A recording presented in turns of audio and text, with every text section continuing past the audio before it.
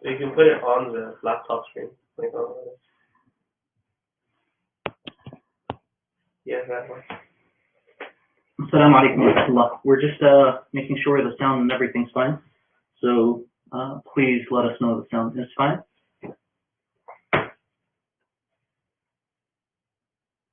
Yeah.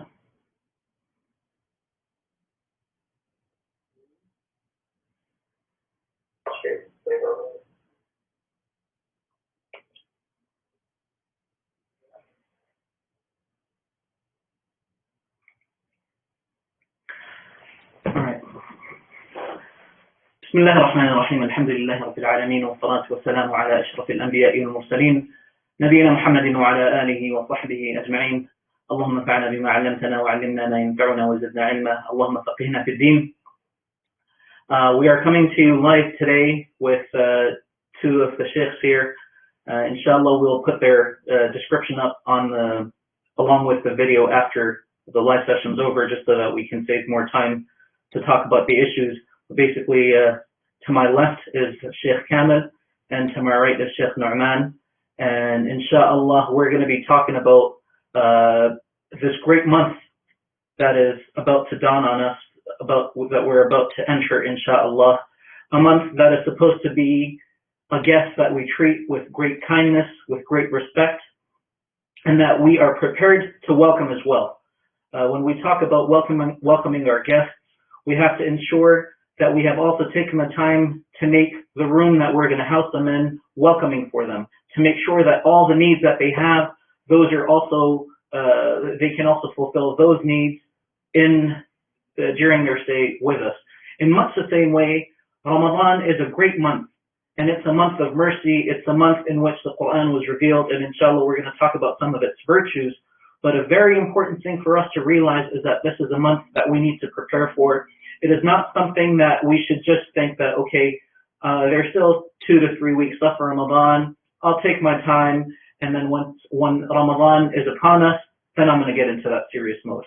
In fact, because this month is fast approaching, we're about 3 weeks away from it, we should start preparing for it from now.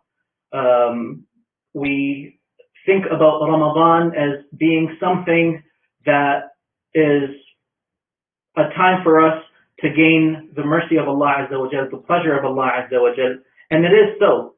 And that's why we see in the life of the Prophet Sallallahu Alaihi Wasallam that in this month he would increase in his charity, he would increase in his other acts of worship, and the charity that he would have in this month, or the acts of worship that he would have in this month, they would not be the same as his charity outside of this month, as mentioned by Aisha radiallahu anha and other Sahaba of the Prophet sallallahu alaihi wasallam. Now, when we're talking about preparing for this month, we gave the example of a guest coming to visit you. It might be your family member, it might be a friend of yours. But why else do we need to prepare for this month? What we have to realize is that this month is something that also will take a toll on our body. Not only is it something that we, for example, we're going to be fasting, we're going to be praying, we're going to be doing all these things. It's not just that we're getting tired mentally because we're reciting the Quran and we're doing all these other things that might tire us. We're also physically getting tired in this month because we're fasting. We're spending the nights in prayer and we're doing all these things to please Allah Azza wa Jal. And if we're not ready for it, then we may not be able to have the outcome that we would like. In much the same way when we have a game coming up, if we play sports. If we have a game coming up next month, we're going to start preparing for it from now. When people go for Hajj, they start to get in shape. They start to do all the things that might be required from them, knowing that they're going to have to exert themselves physically as well. In the same way, this great month that is coming, it's a month that comes upon us once a year. That's it. And many of the loved ones to us, they witnessed this month with us last year, but they're no longer with us. And at that time, they might not have known that they're not going to see another Ramadan, but that is the case. And so we have to take advantage of this month, a month in which there is Laylatul Qadr, a month in which the nights are the best of nights of the year.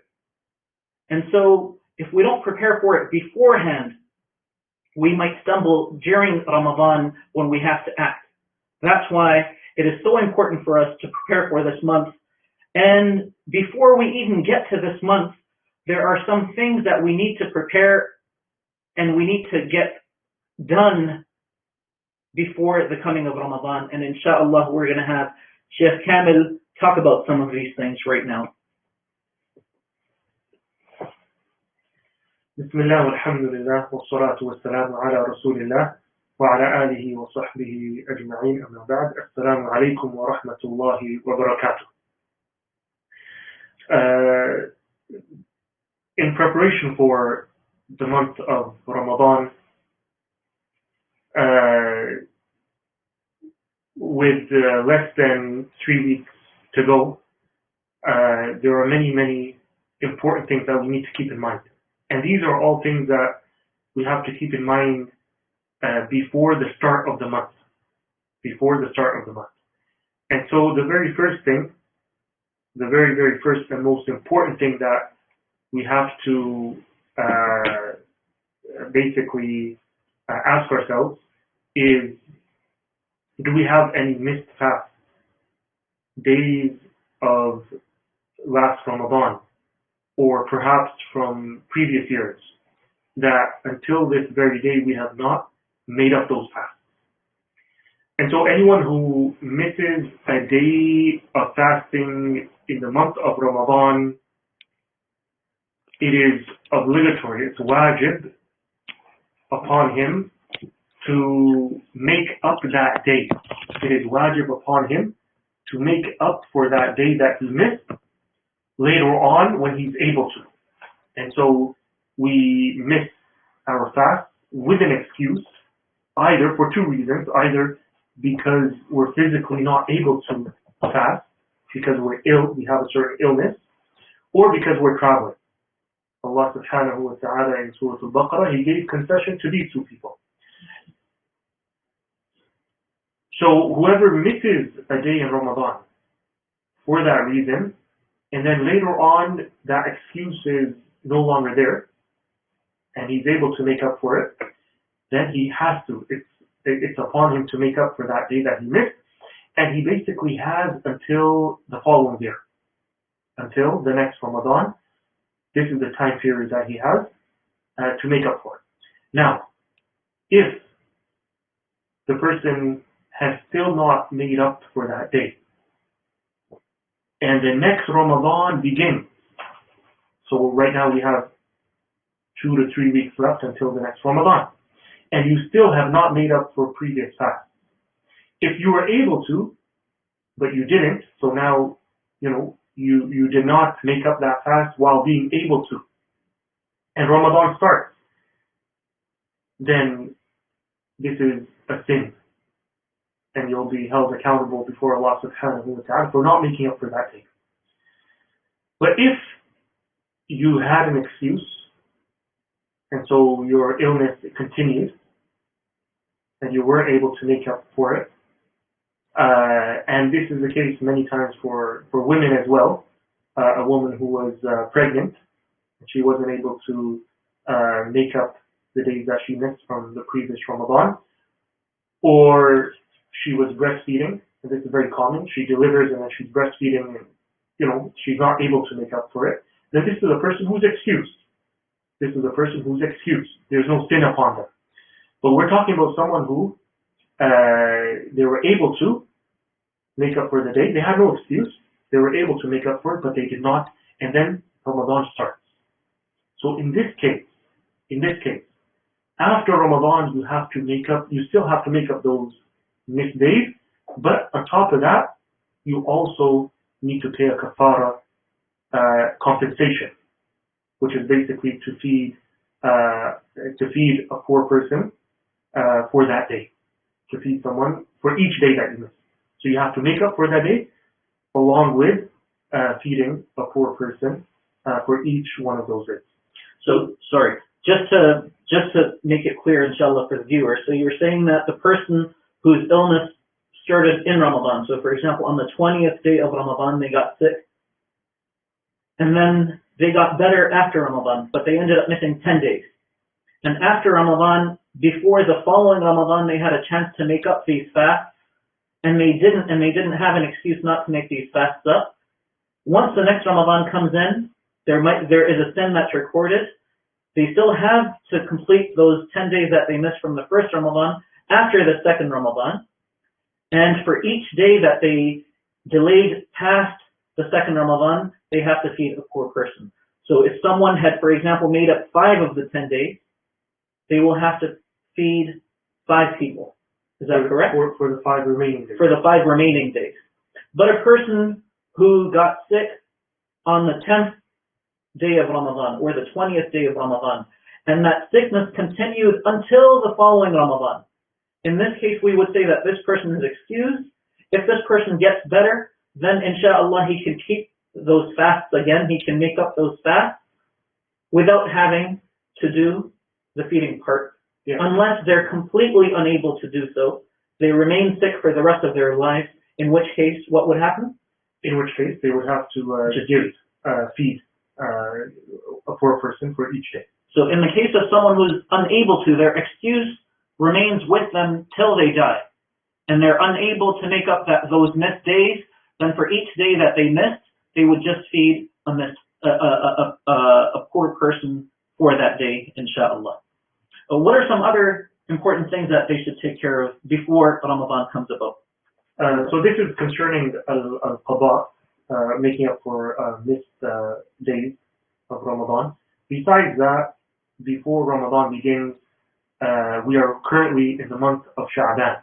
The month of Sha'ban is the month that precedes the month of Ramadan. And this month was a month in which the Prophet ﷺ used to exert more effort in ibadah in general. The Sahaba, they would say that they noticed that the Prophet ﷺ would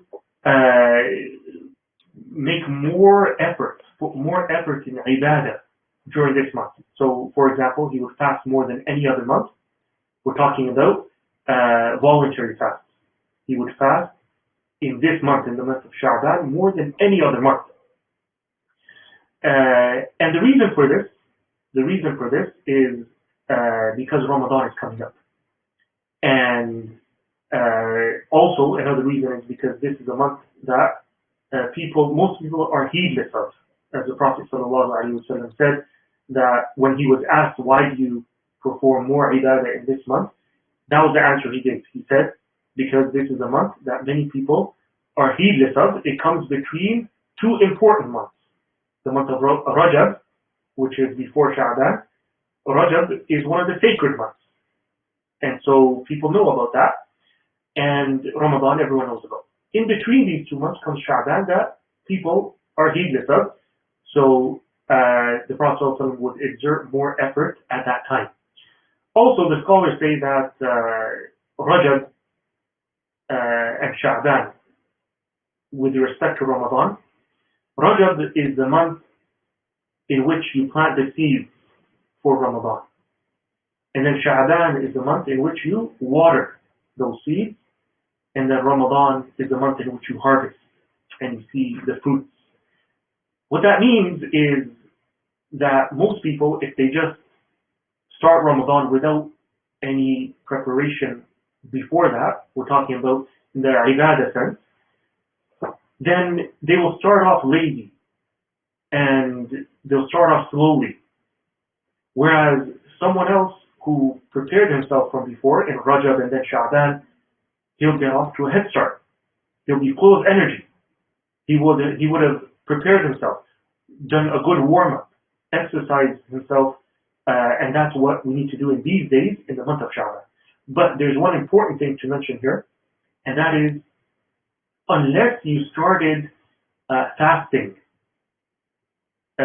already in Sha'ban, so for example, every Monday and Thursday you've been fasting in Sha'ban, or every other day you've been fasting already from the beginning of Sha'ban, if you have not already been doing that, and now the second half of Sha'ban comes, you're not supposed to fast. because the Prophet ﷺ forbade us from fasting in the second half of Sha'ban. And what that means is for someone who didn't already have the habit of fasting. Currently, we're in the 3 middle days of Sha'ban.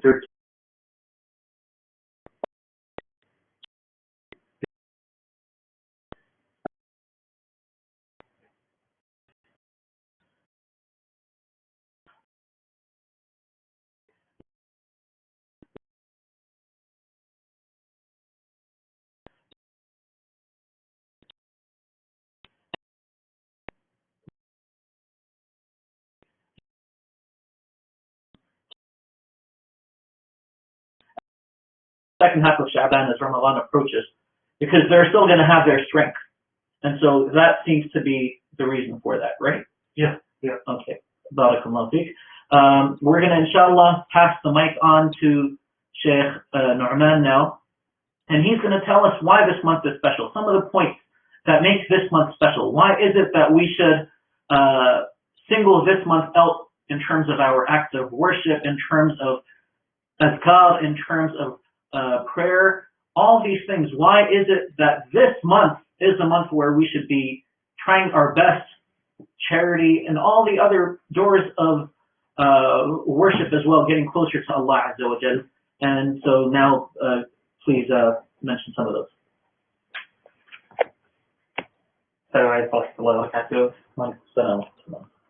So that was definitely one of the points that I was going to speak about, which was the virtue of Ramadan, or rather to study the virtue of Ramadan and understand it because of its importance and how that is part of preparation for Ramadan.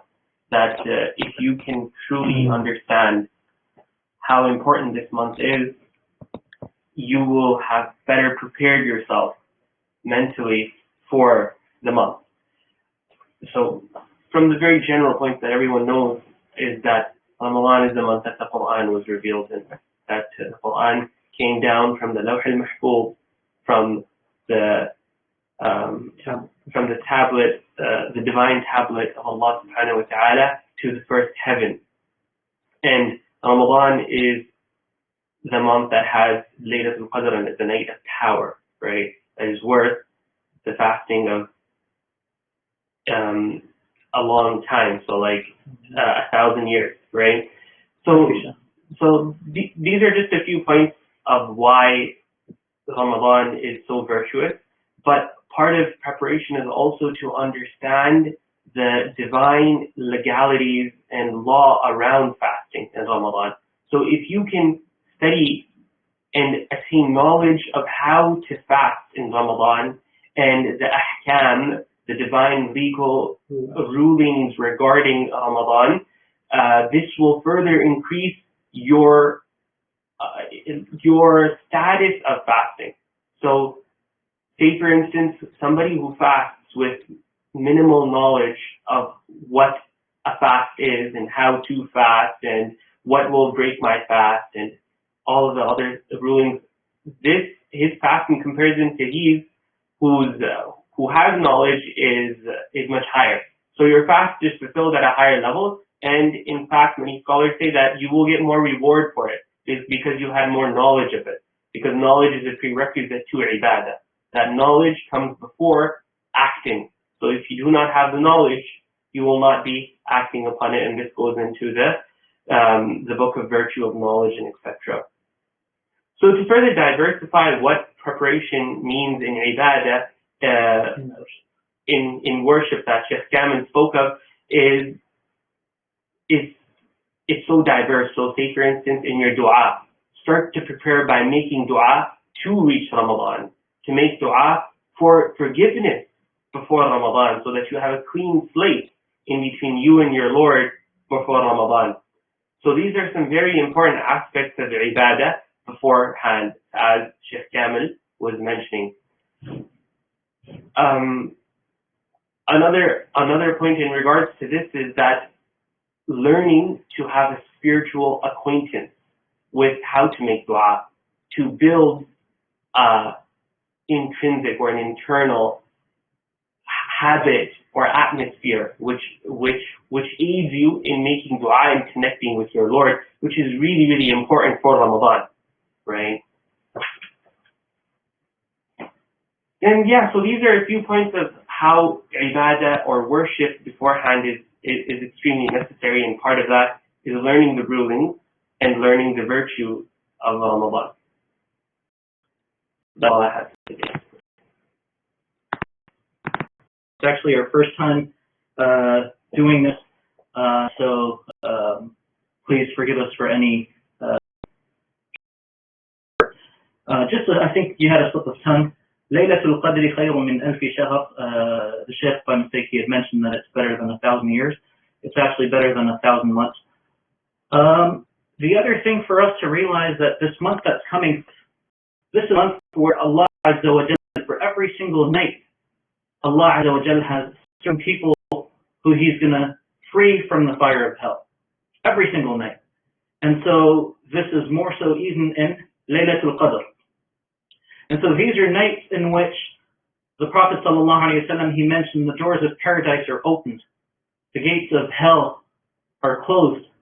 And the shayateen, the devils, they're chained as well. And so when we're approaching a vice, if we're doing something wrong that we're not supposed to do, it's probably because of us having accustomed ourselves to these sins, to these things that we're not supposed to be doing. And so you can imagine someone who's made a habit of lying, or a person who has the habit of stealing or doing other bad things. It's probably very tough for them to suddenly leave that off in Ramadan.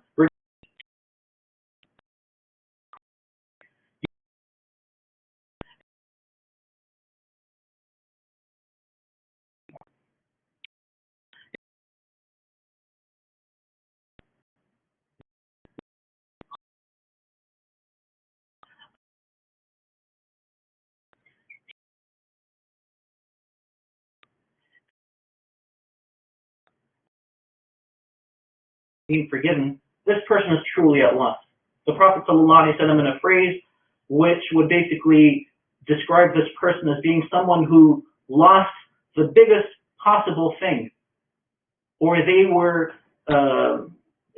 basically the Prophet ﷺ is saying this person is a very sorry person, a person who lived through Ramadan, and Ramadan ended without Allah Azza wa Jal having forgiven all his sins. Because there are so many opportunities that Allah Azza wa Jal has given in this month. The Prophet ﷺ, he said, "Man sama Ramadan imanan wa ihtisaban, ghufira lahu ma taqaddama min dhanbi." The person who fasts in this month, having belief in Allah Azza wa Jal, having belief that this fast that he's doing is to please Allah Azza wa Jal, wa ihtisaban, and seeking the reward from Allah Azza wa Jal, Allah will forgive the reward of the sins of this individual that were there before this Ramadan. So any previous sins of this person, they will be forgiven. In another narration, the Prophet ﷺ, he said, "Man qama Ramadan imanan wa ihtisaban, ghufira lahu ma taqaddama min dhanbi." The person who stands in prayer, then their sins will be also forgiven, their previous sins. But does that mean all of their sins are forgiven, or is it certain types of sins? Because from what I understand, tawbah, or repentance, is also a very important pillar when when trying to get rid of our sins. Yeah, there are many examples of how the Prophet ﷺ mentioned that certain deeds, certain things erase our previous sins. And the scholars say that what that refers to are minor sins. Minor sins that get erased due to certain acts.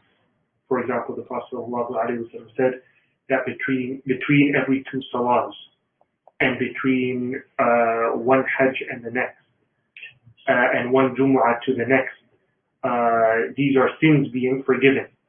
And many other examples. For example, a sadaqah, giving in sadaqah, it extinguishes sins like fire, like water extinguishes fire. All of these statements of the Prophet ﷺ refer to the minor sins. As for the major sins, then for that you need to repent to Allah subhanahu wa ta'ala, and repentance is more specific than general istighfar. And so repentance, it has conditions. A person who repents to Allah is one who, firstly, he regrets that he ever committed that sin.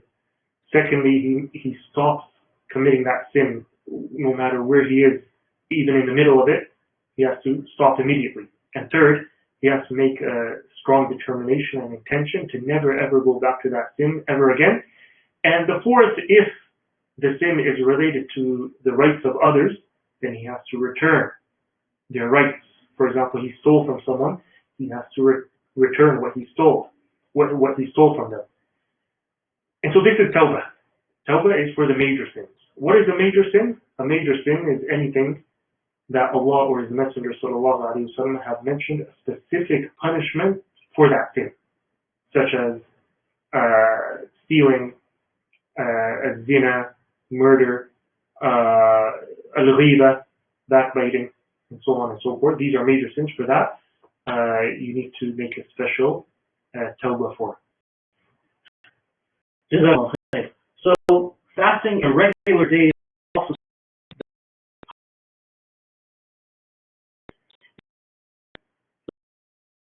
he said that the one who fasts, Allah Azza wa Jalla in a hadith Qudsi, he says that this is a deed that the slave has done for me, and I am the one who's going to give out its reward. And he hasn't limited that reward. Why is it that this is specific to fasting, that Allah Azza wa Jalla has said this, and not to the other acts of worship? So the reason being due to the immense reward attached to it and to the high status of this act of worship with Allah subhanahu wa ta'ala. For verily we know that there's a scale for reward in action. So for action, you will be rewarded, and for every action you get 10 hasanat or 7 hasanat according to the different narrations. But when it comes specifically to fasting, Allah Azza wa Jalla says that I will reward my slave. What that means is that I haven't even put a skill for it. It's that special. It's that dear and beloved.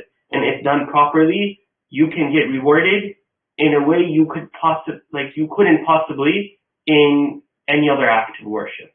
So that's what it means when Allah Azza wa Jalla says that, and whoever fasts, that I will give you my reward for it. Yes. Jazakallah khair. So fasting in general is something that's highly encouraged, whether it's in the month of Ramadan or outside the month of Ramadan. And obviously, there are various other days that have been encouraged by the Prophet ﷺ for us to fast. We have Yawm Arafah, the day of Arafah. We have Yawm Ashura, the 10th day of the month of Muharram. And then the other various days as well. And some of them may have the merit for them, or the virtue for fasting that day. The Prophet ﷺ, he said, is their sins for the previous year being forgiven, and for the other day, he said, the previous year and the following year, right? But do they come close to the reward of fasting Ramadan?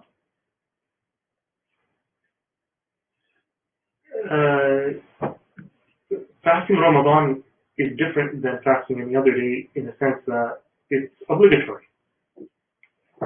And fasting those days are highly encouraged, and there's a specific reward for fasting those days, as you mentioned.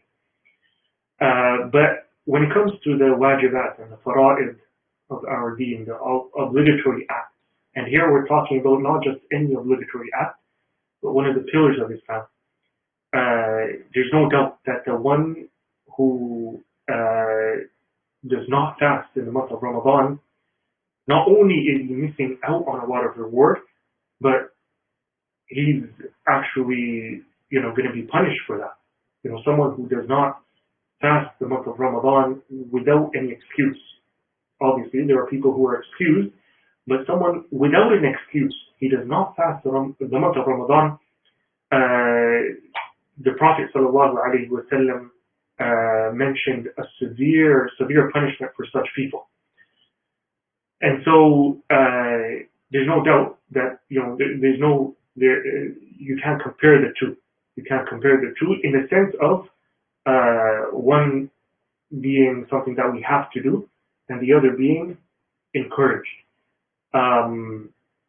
But there are many, many virtues of fasting in general, besides fasting in the month of Ramadan, besides the obligatory fast, such as the Prophet ﷺ said that the one who fasts, there is that the hellfire is removed from him by the distance of 70 years. 70 seasons or 70 years. So this is just one example of fasting one day, only one day, and we're talking here about the voluntary fast. And the fadl of Allah is very vast. Jazakallah khair. In a hadith Qudsi, meaning a hadith that has been narrated by the Prophet ﷺ on the authority of Allah Azza wa Jal, Allah says, talking about those people who are closest to Him, wali, his closest slaves. He says, describing these people who they are, the way to draw closer to Allah Azza wa Jal, the best way for us to draw close to Allah Azza wa Jal is through the acts that Allah Azza wa Jal has made compulsory upon us, whether it's the fasts, whether it's the salawat, whether it's the hajj, anything that Allah Azza wa Jal has made compulsory, that is a fard. This is the easiest way for us to draw closer to Allah Azza wa Jal. And then come the other things that are virtuous in nature, but they're not compulsory for us to do. They're encouraged by the Prophet ﷺ. So this is also a reminder for people. They think that, you know, if I do some virtuous acts that are encouraged, they can take the place of other acts that have been prescribed upon me, that have been made compulsory by Allah Azza wa Jalla, that I have to do. I'll just do these other side things that are not compulsory, but hopefully that'll take care of it. And you have many people who will say, instead of praying 5 times a day, anytime I feel like drawing close to Allah, in my heart, I'm just going to say a prayer. You can do that. That prayer between you and Allah Azza wa Jalla. But something that Allah Azza wa Jalla has commanded you to do, if you don't do it, you're going to get punished for it. And if you do it, this is the best way for you to draw closer to Allah Azza wa Jalla, without a doubt. Now, when we're talking about fasting in this month, Allah Azza wa Jalla, He's told us that there is a reason for us to be fasting in this month, right? There is an underlying reason, and He said that we're not the first nation to have been prescribed fasting. If you look at the Jews, they also have a fast. It might be a bit different than ours. If you look at the Christians, they too have a fast, not perhaps the same as ours, but there is a fast. And so Allah Azza wa Jalla, He concludes the verse by saying that He has prescribed fasting to you, as it was written for those before you as well, لَعَلَّكُمْ تَتَّقُونَ, for you to gain taqwa. So the goal for us to fast in this month is to gain taqwa. Now, some people might say, well, how do we do that? Well, what we have to do in this month is we have to realize that Allah Azza wa Jal, He has told us to do certain things, and He's told us to stay away from certain things. We've gotten rid of that barrier. If you don't do something that Allah has commanded you to do, you've also gotten rid of that barrier. So protecting that barrier, maintaining that barrier, means doing that which Allah Azza wa Jal has commanded you to do, and staying away from things that He's told you to stay away from. Okay, so we know this. But now when it comes to a person, for example, I might be someone who finds it very hard to stand in prayer at night, tahajjud, for a long period of time. For you, that might be something very easy. You could easily stand past midnight. You could go 2-3 hours in worship of Allah Azza wa Jal. And for you, for example, giving in charity might be something that's very easy. And so it is from the mercy of Allah Azza wa Jal that He allows each person to go on their strength. Whatever is easy for me, I do that, and I try to excel in that as well, without leaving off the other actions completely. I still try to do them, but what has been made easier for me, I try to excel in that. So for example, if charity is something that I like to do and I don't find it hard for me to do, then I try to excel in that. At the same time, if it's something hard for me to do, and I'm getting myself to do it, then inshallah there will be an even greater reward associated with that, because not only are you doing something good, you're also struggling to do that goodness, and anytime you struggle, the understanding is, inshallah, you're going to get an increase in this month. Now, in this month, Allah Azza wa Jal, He has prescribed for us various actions, and the underlying common theme in all of them is for us to draw closer to Him to get taqwa. What are some of these actions that we do in this month, or that we should be doing in this month? Ramadan. Yeah, so the month of Ramadan is an opportunity to get closer to Allah subhanahu wa ta'ala through various kinds of ibadah, various kinds of acts of worship. We all know of fasting. That's what distinguishes Ramadan. But besides fasting, a person should be busying himself or herself with different kinds of ibadah, such as reciting the Quran, giving in sadaqah, praying at night, whether it be Qiyam al-Layl or Salat al-Tarawih. And in general, any acts of ibadah that get you closer to Allah subhanahu wa ta'ala are encouraged. They're encouraged in times like Ramadan. And something very, very important to mention here is that we should make an effort to free up our time in the month of Ramadan for that ibadah. Because unfortunately, many people, they become busy in the month of Ramadan with things that prevent them from, busying their time with ibadah. And so, for example, the women, they're busy in the kitchen, preparing for guests and so on and so forth. Perhaps we won't have that issue this year with the virus. I don't think. Which is a blessing. I don't think there's going to be many iftar parties. But still, it's a very important point to mention. Those women who become very busy in the month of Ramadan, let them prepare the food from now and store it away in the freezer, instead of every single day, becoming exhausted in the kitchen, and then there's no time for ibadah. So whatever you have to do, get it out of the way now before the month of Ramadan, so that in the month of Ramadan, all you're focusing your energy and your time on is the ibadah of Allah subhanahu wa ta'ala, whether it be reciting the Quran, whether it be various kinds of adhkar, whether it be giving it in sadaqah, whether it be nighttime praying tawheed, praying qiyam al-layl, or any other act of ibadah. The people who are fasting, this too is an act of worship. But there is a certain thing in our Sharia which you can call wazifat al-zaman or wazifat al-waqt, which means that there are certain times that should be used for certain actions. Reciting the Quran in general, it's a very good thing for us to do. But right after Salah, what has been prescribed to us, what has been recommended to us by the Prophet ﷺ, is that we use that time to be making adhkar, istighfar, subhanallah, alhamdulillah, Allahu Akbar, the tasbih.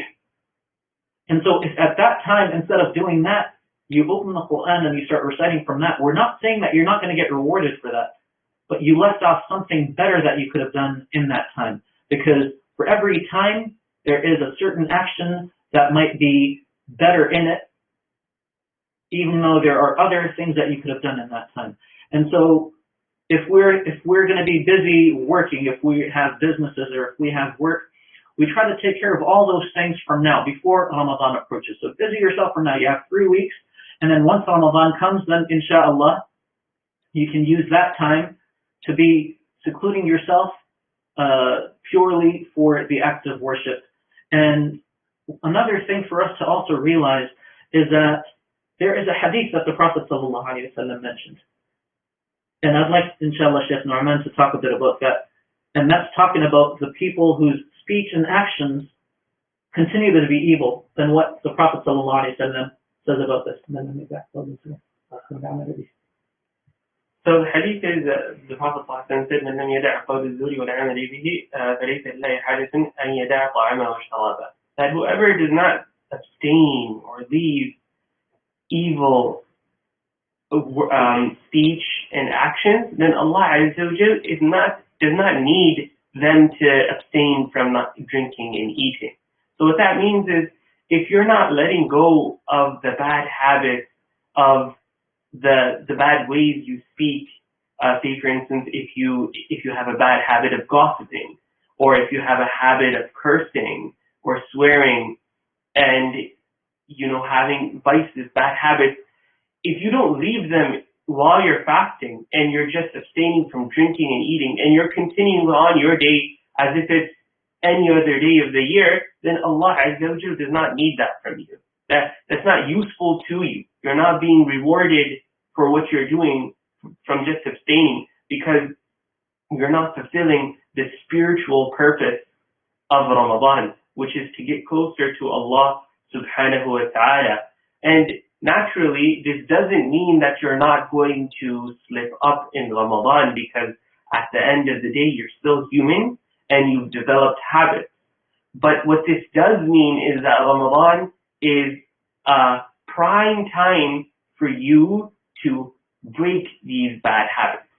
So if you come into Ramadan with a vice of evil speech, whether it be cursing, say for instance, or backbiting, or which are generally the major avenues of vice in speech. So make it a goal that by the end of Ramadan, I'm going to let go of one of these habits. And 30 days is more than enough for you to let go of it. And at the same time, within Ramadan, the whole purpose of fasting in the day and standing the night and reciting Quran is to cultivate a spiritual environment in your house, within yourself, for your children. And spirituality, Iman, increases and decreases. So there will come points in Ramadan where you have a very high Iman. So make sure you use this time wisely. If you find yourself being closer to Allah subhanahu wa ta'ala on any of the days of Ramadan, grasp onto it. Don't let go of it. Make sure you use it properly. Make sure you make the most sincerest of du'as in that time, the most sincerest of tawbahs and istighfar. And that's what the hadith of Prophet ﷺ means, that if you are not cultivating spiritual closeness to Allah subhanahu wa ta'ala by having taqwa and by increase of the ibadah, then Allah Azza wa Jalla does not need you to just stop drinking and eating. This is useless, effectively. Jazakallah khair. And just so that there is no misunderstanding amongst the audience, this doesn't mean that if you're involved in bad speech or in doing bad actions, that you don't have to fast Ramadan. That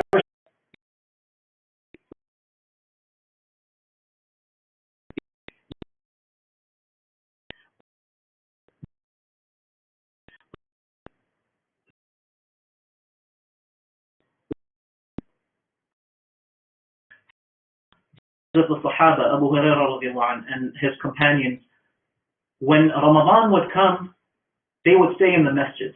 Not because it's something that we should be doing. It's not a compulsory thing to stay in the masjid. But when you're staying in the masjid, they would say this is going to protect our fast. When you're in the masjid, you realize that, okay, you're in this zone right now, and I should be reciting the Quran, I should be doing azkar. Whereas when you're outside of the masjid and you're involved with buying and selling, you might forget or not be fully aware that you're in the month of Ramadan or that you're fasting, and you might be doing things that you don't want to be doing during your fast. And so it's not to say that we should be in the masjid as a compulsory thing, but to protect their fast, this is something they would do. And we should also look for ways to protect our fast. What are things that we should be doing?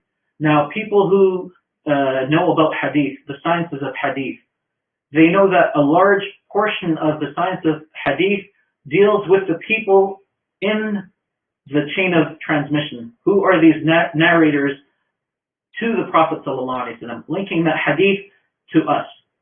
And so it would be something essential to talk about these people. For example, there might be an individual in the chain of transmission who had weak memory, and so you're talking negatively about them, right? You don't mean to call them out on that negative thing, but for the sake of protecting the knowledge, for the sake of protecting the statements and the actions of the Prophet ﷺ, you're going to talk about them in a manner that may not be positive. And so Imam Malik, rahimahullah, in the month of Ramadan, he would leave the people of hadith just so that he does not engage himself in talking about someone, because at times we can slip. We start off with the right intention. We're going to do this because we're trying to protect the sunnah of the Prophet ﷺ. But then they get emotional and they let that get the better of them, and instead of just keeping it at that limit, for example, saying this person has a weak memory, therefore he's not reliable, they might go beyond that, and they might start to make it personal. And to protect himself from that, Imam Malik, he would leave these circles during the month of Ramadan.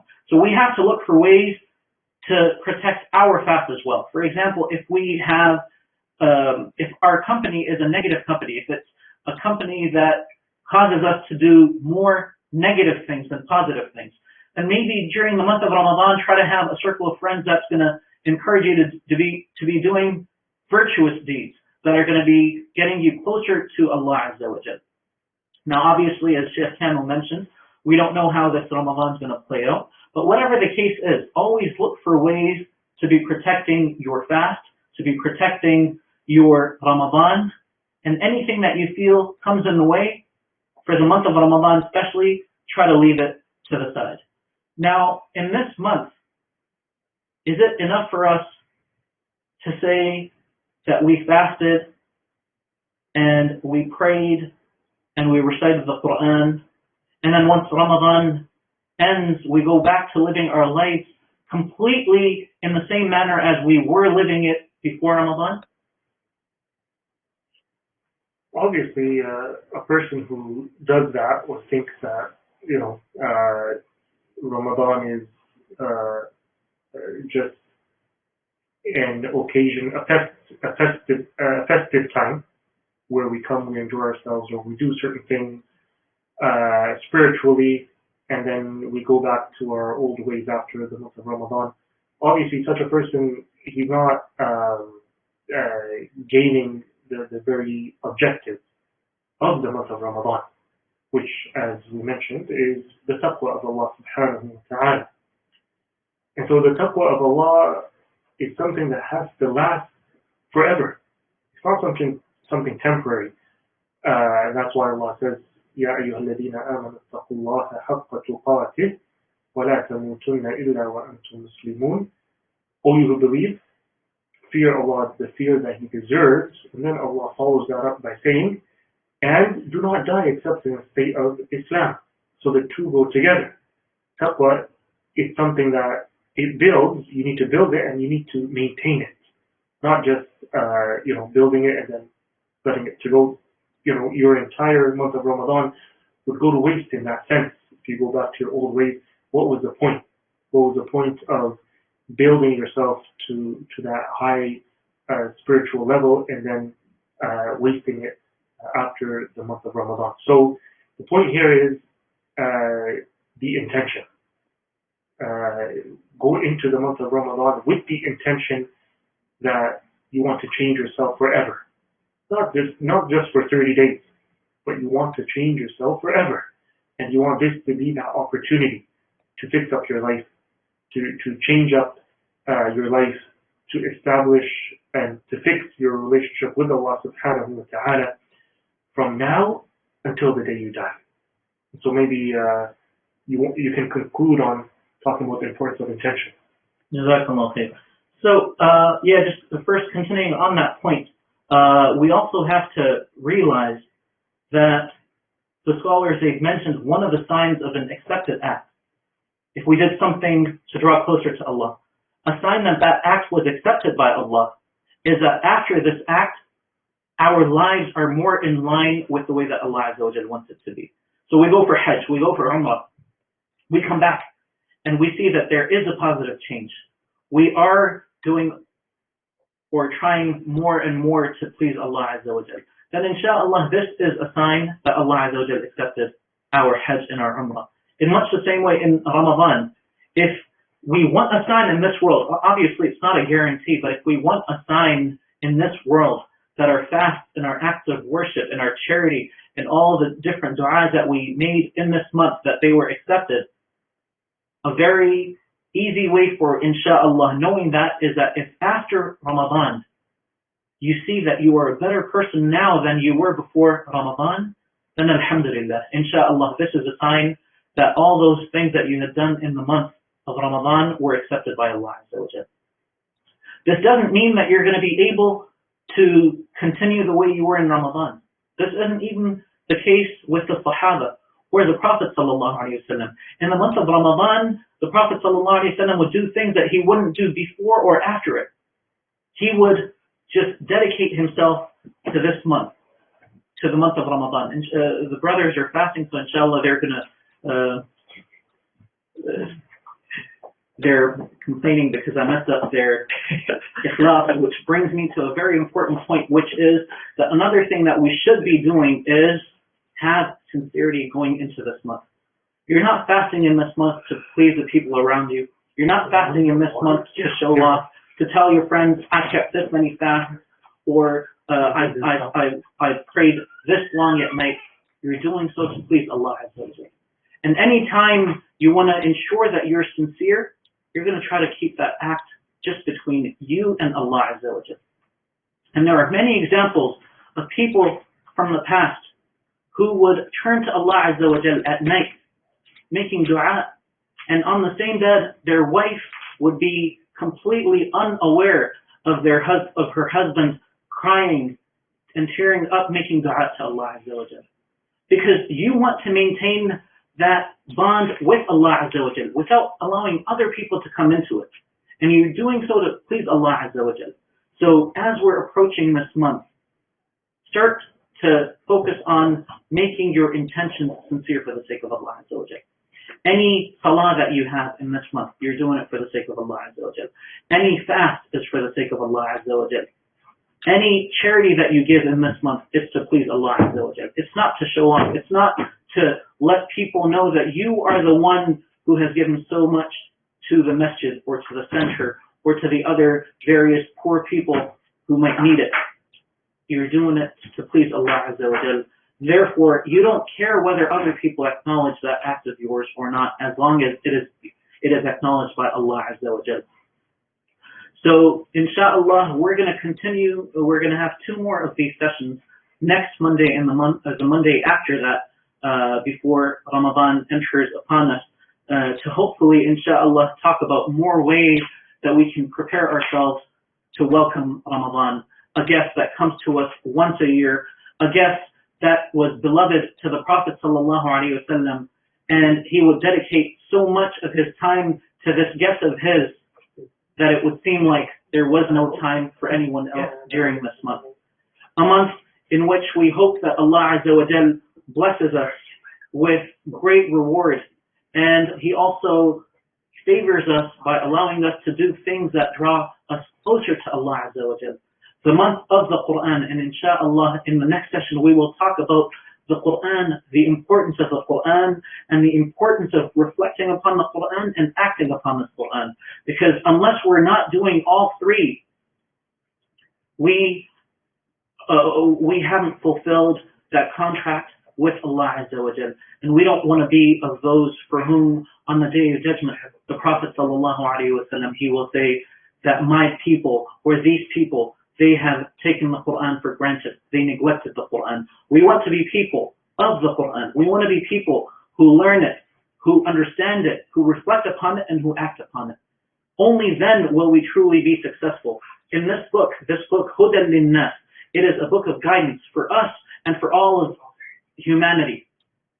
Unless we're reading it, reciting it with tadabbur, reflecting and pondering over the verses and acting upon it, we will either be of those upon whom the anger of Allah is, the ones who learn without acting, or we will be from the daloon, those who are misguided, who act without having knowledge of what they're doing.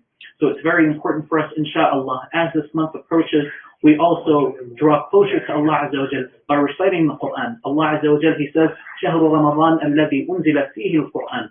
He describes the month of Ramadan as a month in which the Quran was revealed. So Allah Azza wa Jal Himself in the Quran has placed so much emphasis on the Quran. And so inshallah, in the future session, in the next session, we're going to talk about the importance of the Quran, a bit about the Quran, and ways that inshallah we can benefit from the Quran, so that it is a witness for us on the Day of Judgment, not against us. And with that, inshallah, we will conclude today's session. For any issues that we had, please do forgive us. Inshallah, we're going to try to have all these problems sorted out before the next session. Wassalamu alaikum wa rahmatullahi wa barakatuh.